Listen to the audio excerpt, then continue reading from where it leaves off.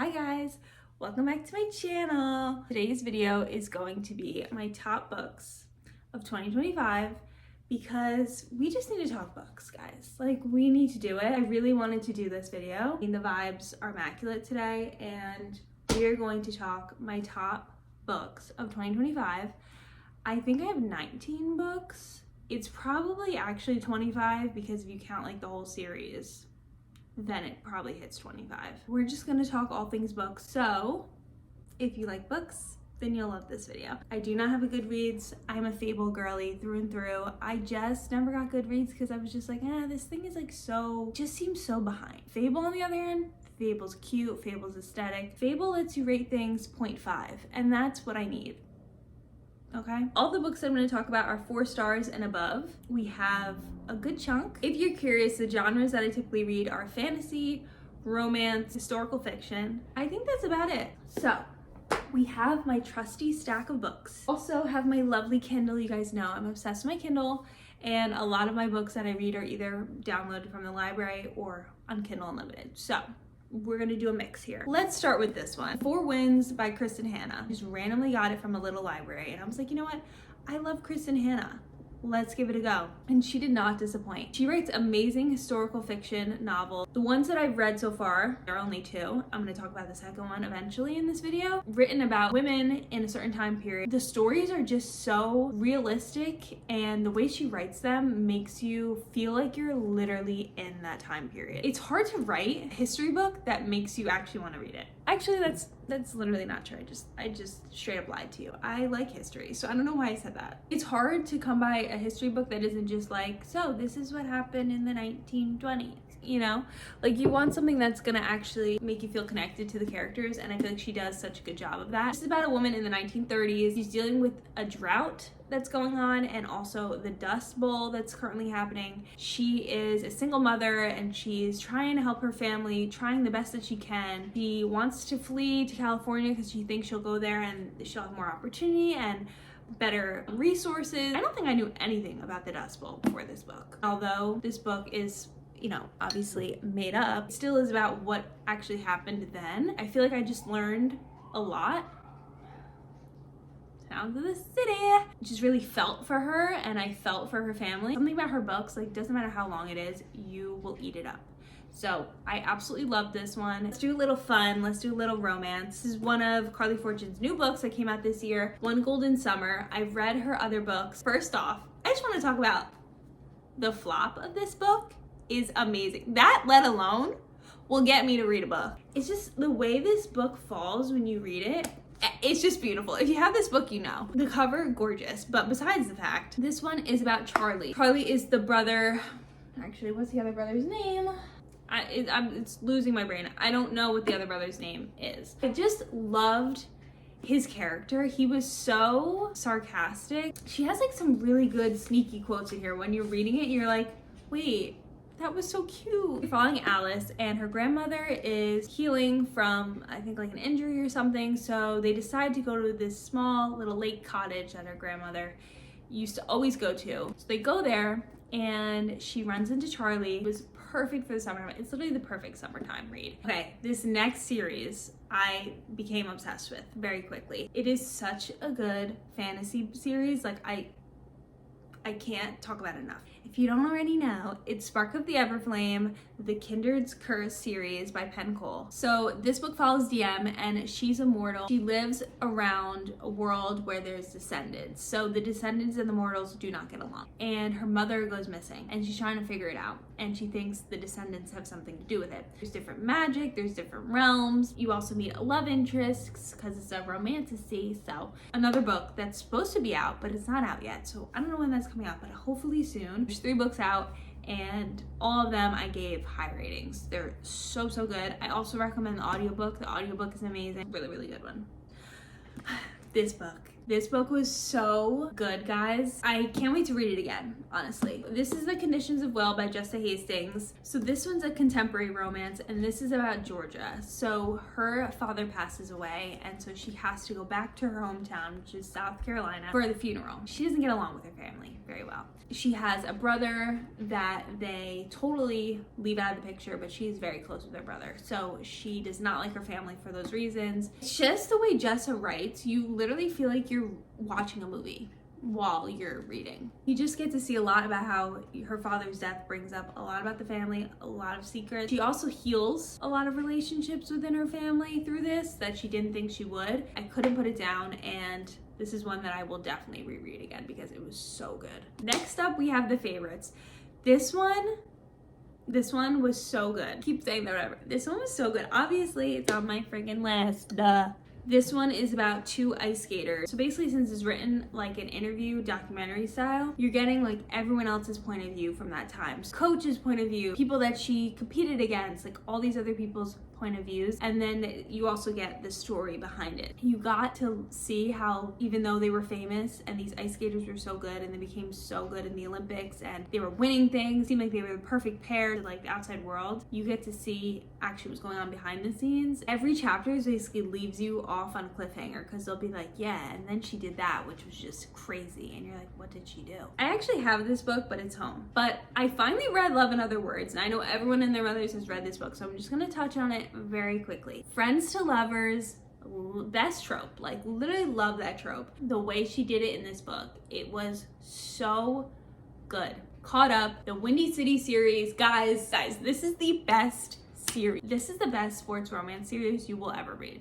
And I know you're like, it's just a sports romance, like how could it be that good? Liz Tomford, whatever you do in your books, continue doing it. Don't ever stop because it is so good. It's the way she writes these characters and the banter that she writes between the characters that is just so addicting. I'm not joking with you. Somehow her books make me cry, and it's literally a sports romance. This is the third book in the series. There's 5 books in the series.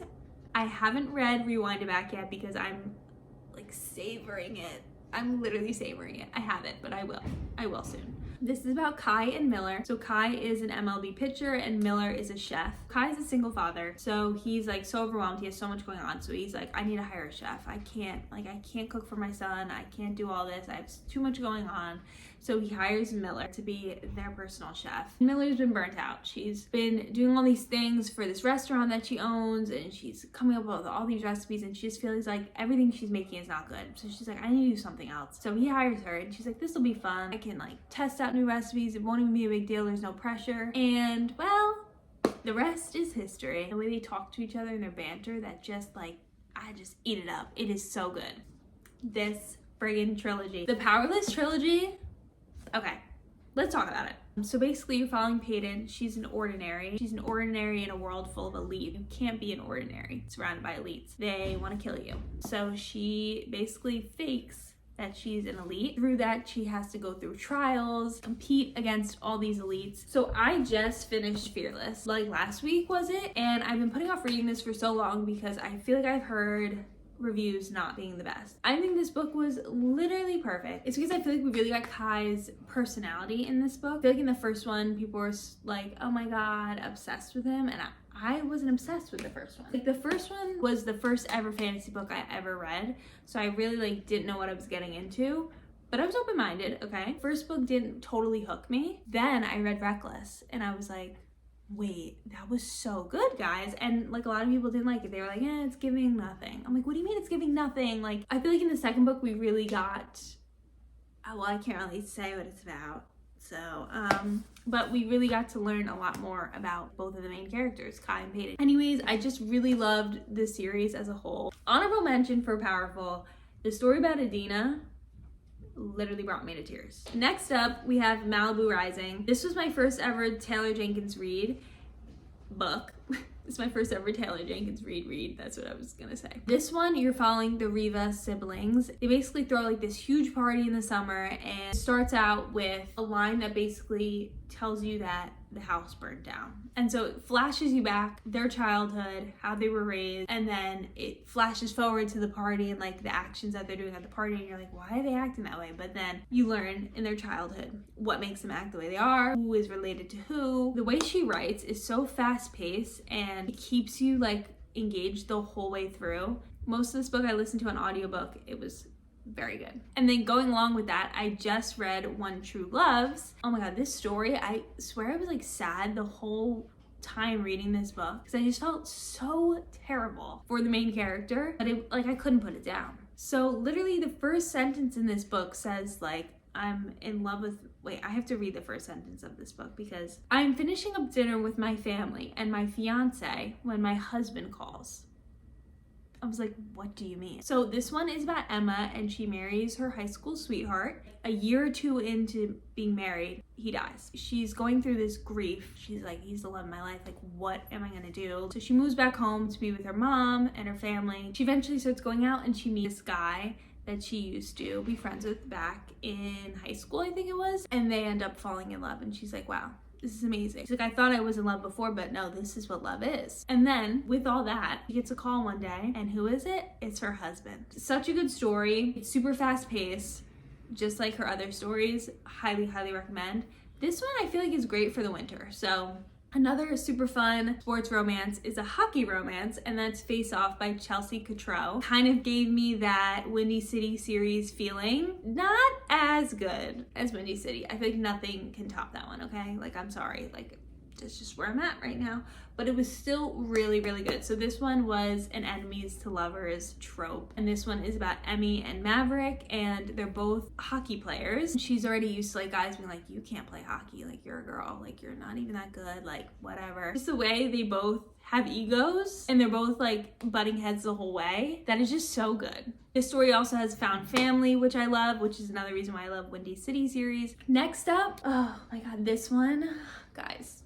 Promise Me Sunshine by Cara Stone. She has become a new favorite author, even though actually I only think I read one book from her. But she's supposed to be coming out with a new one, I think, in 2026. So I'm very excited about that. This book was so sneaky good. Like, I was not expecting that from a romance. The theme in this one was grief. The female main character, Lenny, is dealing with grief. Male main character, Miles, is basically helping her through that. And basically she's a nanny for Miles's niece. He comes off like grumpy and like not very friendly at first. You start to see that he's very like, he pays attention to every little thing that she does, and he's so acts of service. Goal's like, what is your bucket list? We're going to do it. Like, grief is not going to stop you from doing things that you love. This one was a slow burn, and it was done so well. Next, within the same vein, is Out of the Woods by Hannah Bowen Young. This one is different than most romances because it's a story about two characters that have been in a relationship for many years, and they're trying to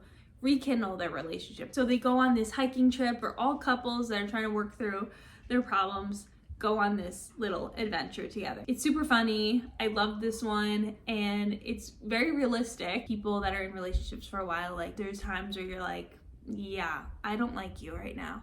And so this was like such a good story about that, and I really, really loved this one. Next we have Fourth Wing. Everyone has talked about Fourth Wing. You guys know it's a fantasy. I've only read the first two. I do have the physical copy, but it's back at my parents' house, and that one is so beautiful. It has little dragons on the side. If you don't know what Fourth Wing is, Fourth Wing by Rebecca Yarros is about Violet, and she has to go through trials. She has to go through trials to be even part of this college. These trials are life or death. I mean, you guys know how fantasy books go. So yeah, it takes you through the trials and where she ends up and whose team she ends up on, which is very important. This one, there's dragons, so she has to pick a dragon, learn how to train it, and like do it without dying. So if you haven't read fantasy yet, definitely read Fourth Wing because it is super easy to follow. I can't believe I haven't talked about anything from Elsie Silver yet. I read basically all of Rose Hill in 2025, but I wanted to touch on Wild Eyes because that was one of my favorites. This is just like a cozy romance. You're on a farm.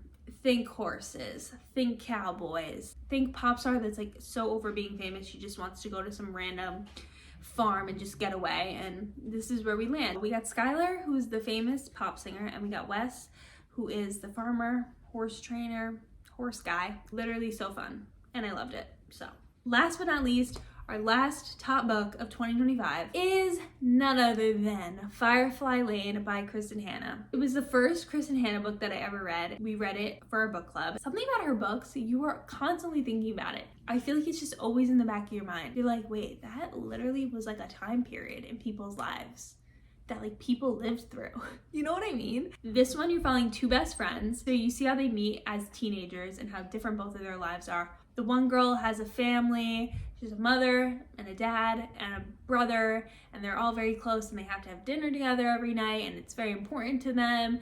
And then the other girl, she has a mom that has a drug problem and she's like barely around, and when she is around, she's just either sleeping or on drugs. Both their lives are so different, but they both help each other so much. Although one might seem better than the other, they both have their own problems that they're dealing with.